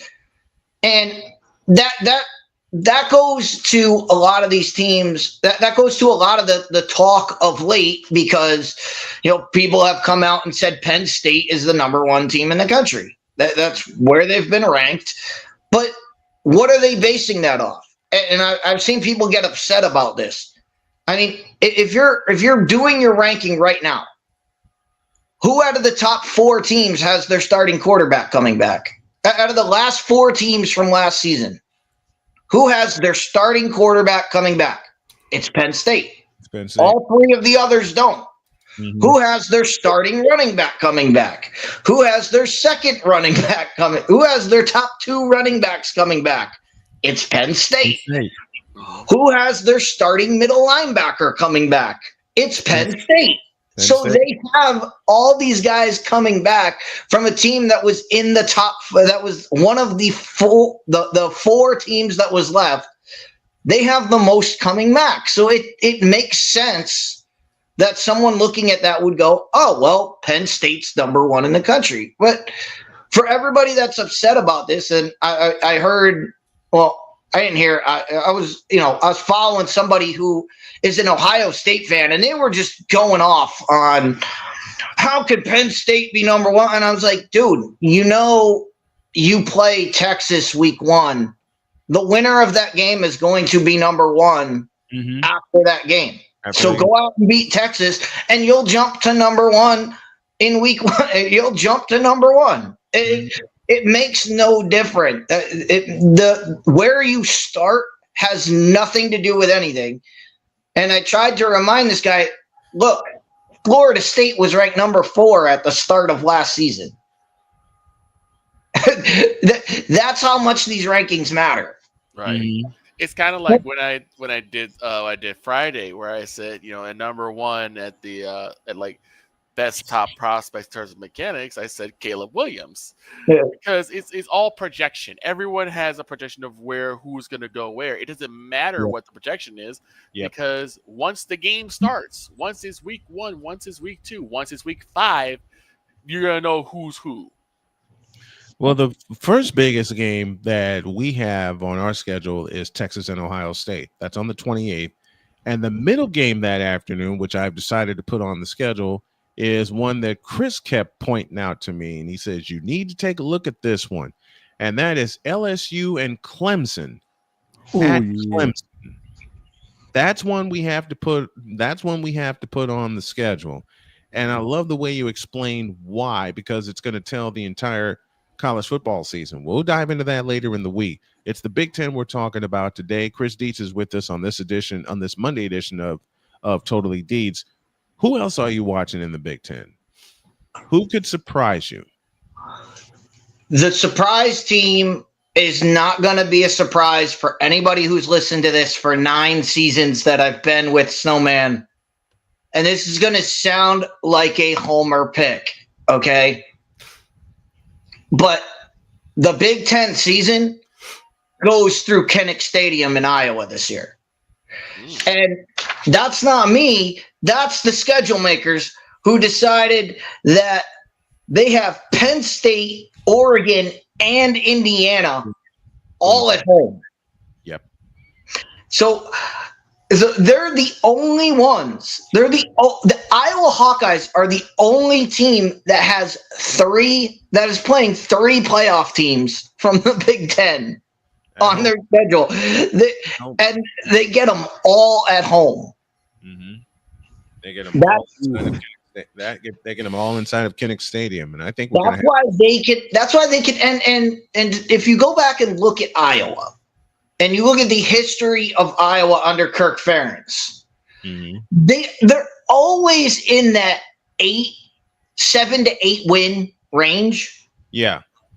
And just imagine if they're able to pick off one of these teams. If they're able to pick off one of those games, if they pick off one of those big 3 games, that puts them right there with the other teams at the top. Mm-hmm. If you project that out, if they win 2 of those games, now you're talking about big trouble, because they would have tiebreakers over teams. They could easily be that second team. Like I said, Ohio State just needs to win one of their games. Penn State or Michigan, they just need to win one of those games, and they're in the Big Ten. They're in the Big Ten championship game. Now, what if Iowa was to pick off all 3 of those opponents? You said Penn State, Oregon, and I believe Indiana all come through Kinnick Stadium. What if they were to pick them all off? That's what I'm saying. If Iowa picks off all 3 of those teams, if they sweep that, they're looking at an easy ride to Indianapolis to meet up with Ohio State for the title. And the interest then you would get a lot of interesting dominoes to fall as far as, well, what happens if what happens if Iowa is that second team that's in the Big Ten championship game? Would they get knocked out? Would they be instantly into a playoff? Because we saw it last year where teams that made their conference championship got into the playoff. Mm-hmm. And the Big Ten is one of these conferences that they get teams that don't make their conference champion. They're one of the conferences that gets teams into it without even having to go. Okay. So would Iowa throw a monkey wrench into all of this if they were able to beat those 3? I think if they go 2-1 out of those, they would have an easy shot at it. The other mystery team, and I'm not just saying this because Snowman's here, but Snowman, you know how the Northwestern Wildcats work. Yes, I do. Very, very well. We've seen it how many times? Oh, COVID, they make the championship. Next season, disaster. Next season, Next season, they major bowl game. They beat. I think it was Louisville. They beat in the bowl. They beat in the bowl game. It was actually Utah. Complete crash. They actually beat Utah in a bowl game, and it was in Las Vegas. They completely crashed last year, and on top of the fact, the shadow of their stadium is now being built. This is 2025, and this is an expected up year for NU. This is an expected. Like I said, down, up, down, up, down, up. Yep. Well, last year was a down. So could this be a year that they rise to the occasion? Now, I'm not asking this just because Dietz and I for 9 years have gone back and forth about Iowa and Northwestern, and we especially have fun with each other when Iowa plays Northwestern. How can my Wildcats possibly, and I capitalize the word possibly, throw a monkey wrench into this? The easiest way they can do that is hand the ball to Cam Porter. Yes. Hand the ball to Cam Porter 35 times a game, and make sure the rock goes through his hands. But that's what makes Northwestern an interesting team. They have a senior back. They have a guy who can take that kind of load. But just looking at them as I turn to their schedule, when we look at their schedule, their big game is at Penn State. At Penn State.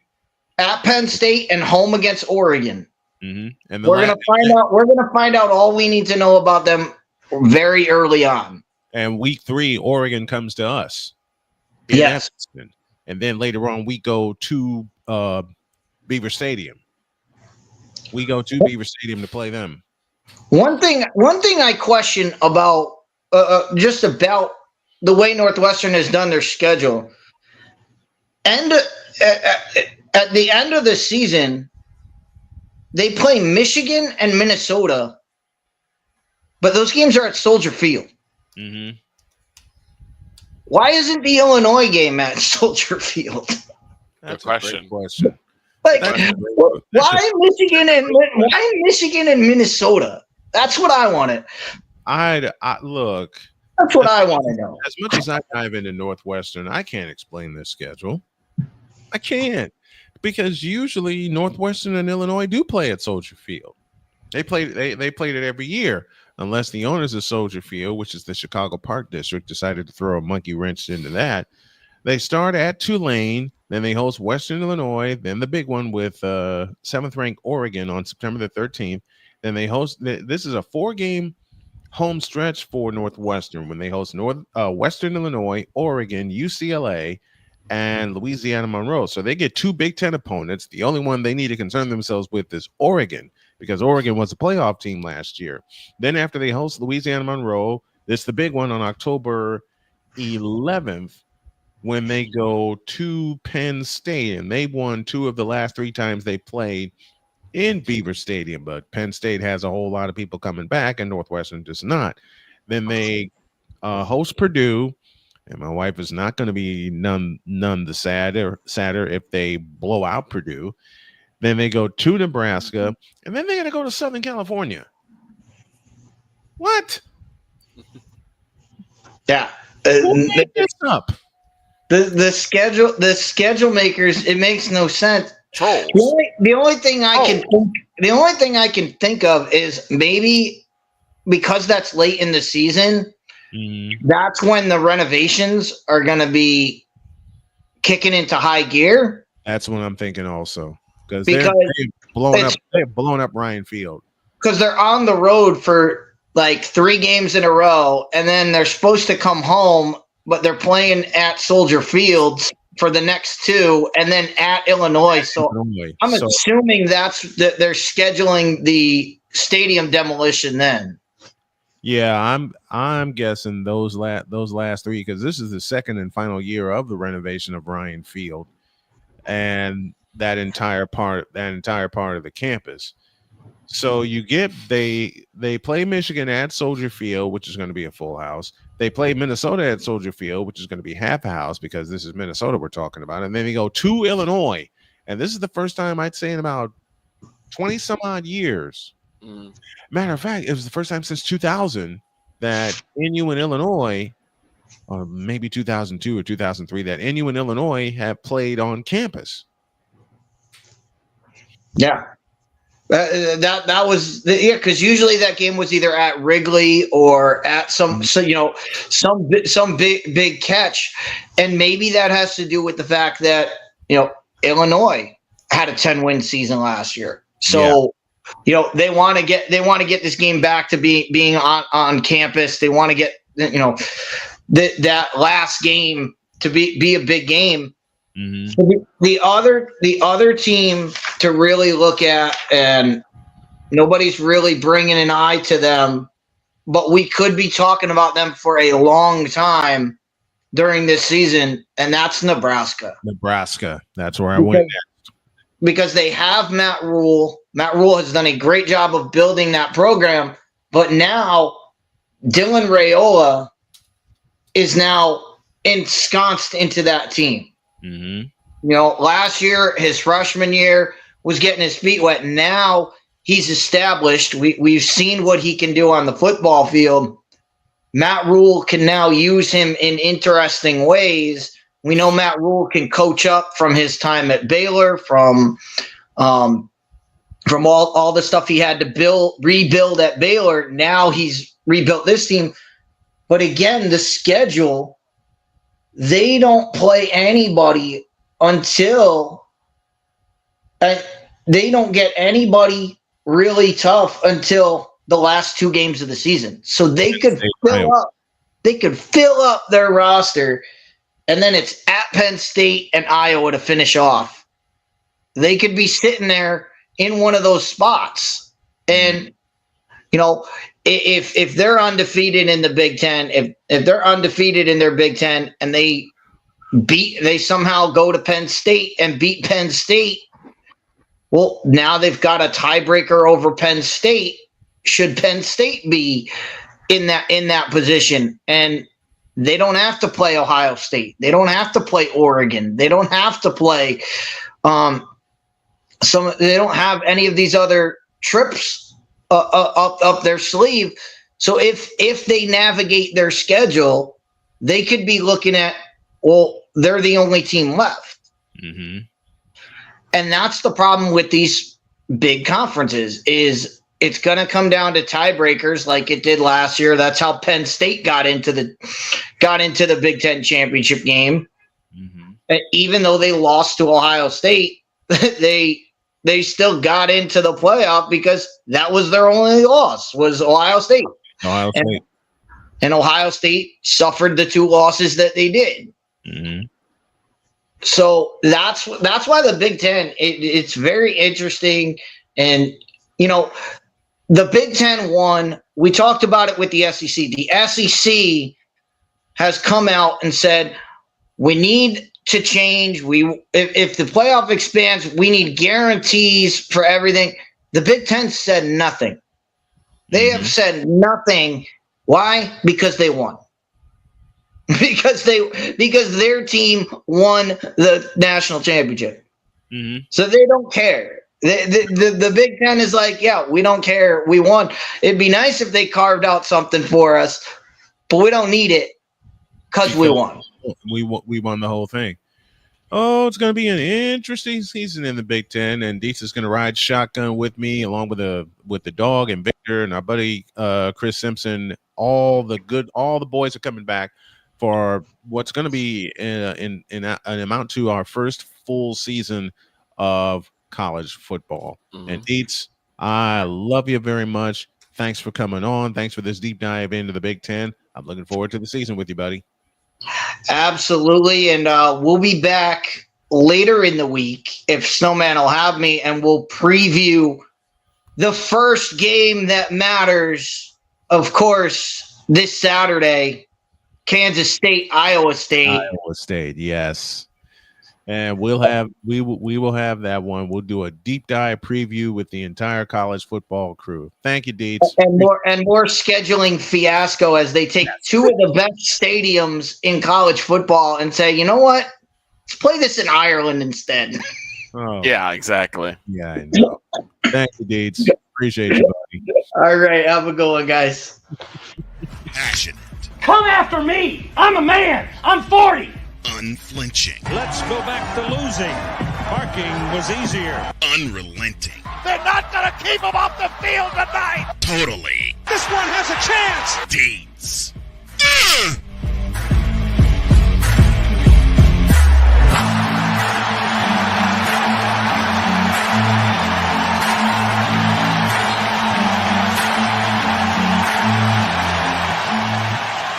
That's not just a murmur, that's a full-blown fibrillation.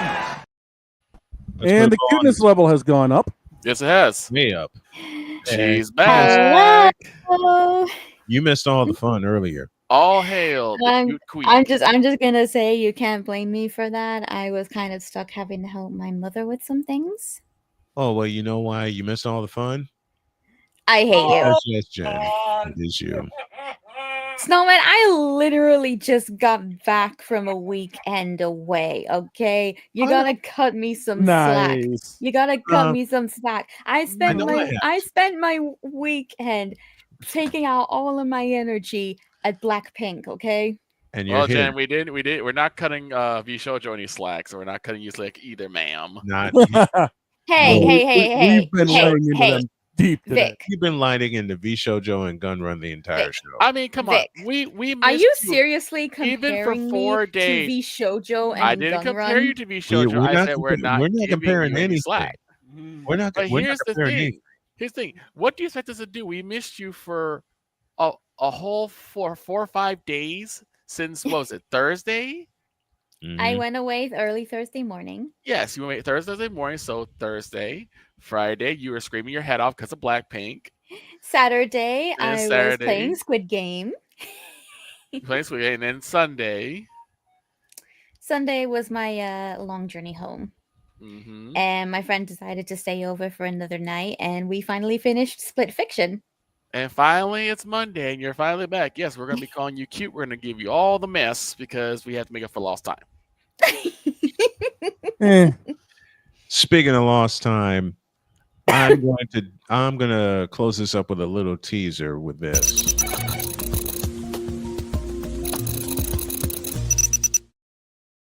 Considering my beautiful wife's on standby, honey, light it up.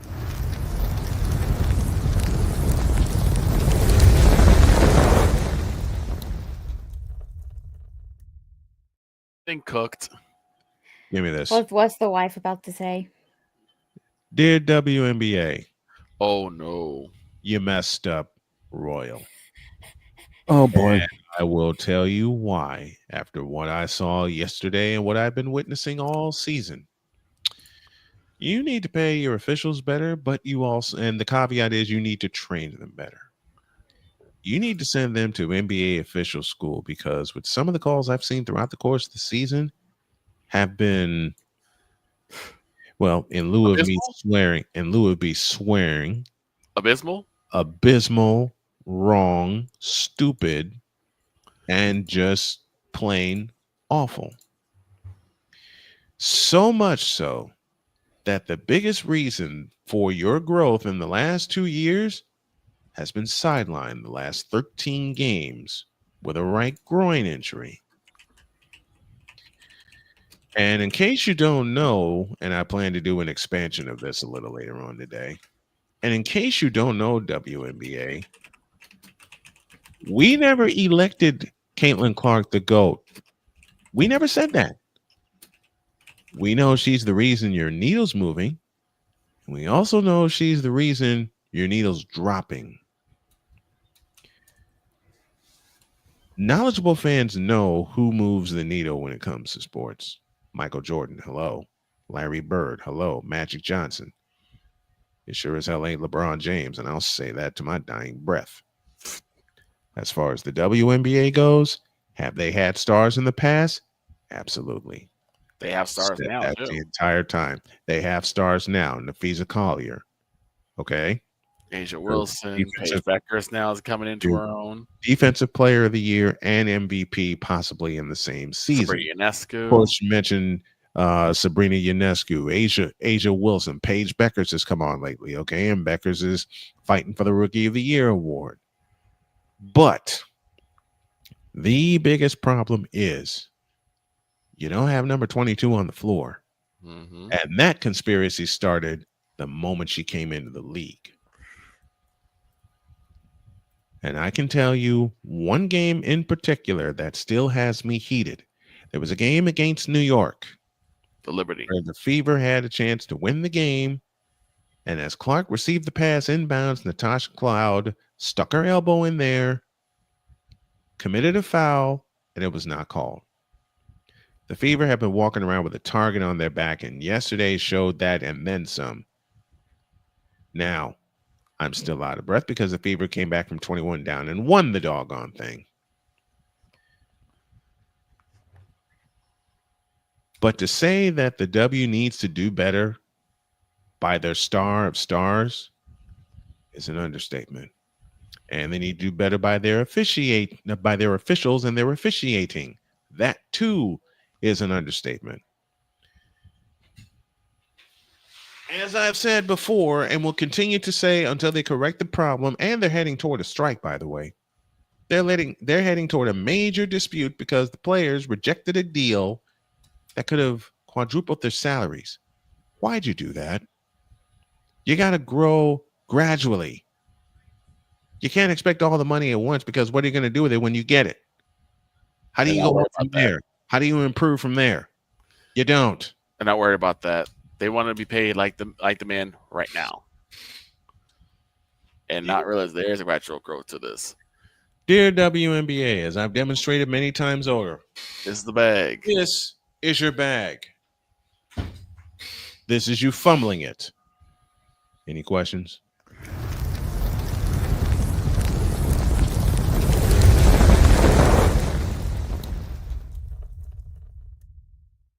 I'm assuming there's gonna be a fight tomorrow.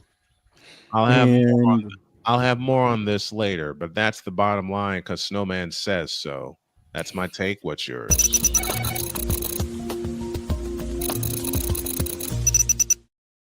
Well, I just got some breaking news. I just got some breaking news out of Ohio State. They just announced their quarterback, Julian Saiyan. There's something for you to talk about, Deets. What, they've gone Super Saiyan all of a sudden? Apparently, Ohio State has named Julian Saiyan its starting quarterback for this season. Oh, golly. And all I got to say about that is, right. Oh, the jokes that we're going to make here. Yes, we are. The jokes that we're going to make here. And why do we make those jokes? Because, yes, Gun Run, it is you dumbass. He's a dumbass. I got a few more, but Gun Run, you're just all sorts of. Yep. And we need to get the hell up out of Dodge. Yep, we're getting. You know what else? You know who else is an absolute piece of booty? What? Niji Sanji with the recent leaks that have come out about the members plotting to terminate Selene. Really? Oh, God. That's later. Have a great day. God bless. Remember to make your next move your best move. And always remember, if your dreams don't scare you, they're simply not big enough. Dream big, do bigger. We are, and we hope y'all are too. Dear God in heaven. and B Shoujo and others of that ilk, y'all some bitches. We're out. See ya.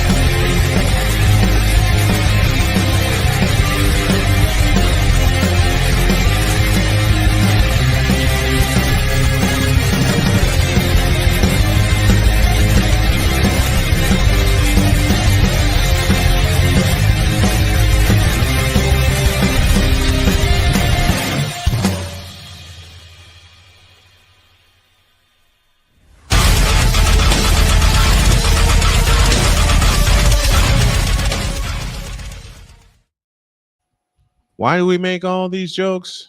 Mm-hmm. Because yes, LeBron, it is you. It's always been you. It always will be you, forever and ever.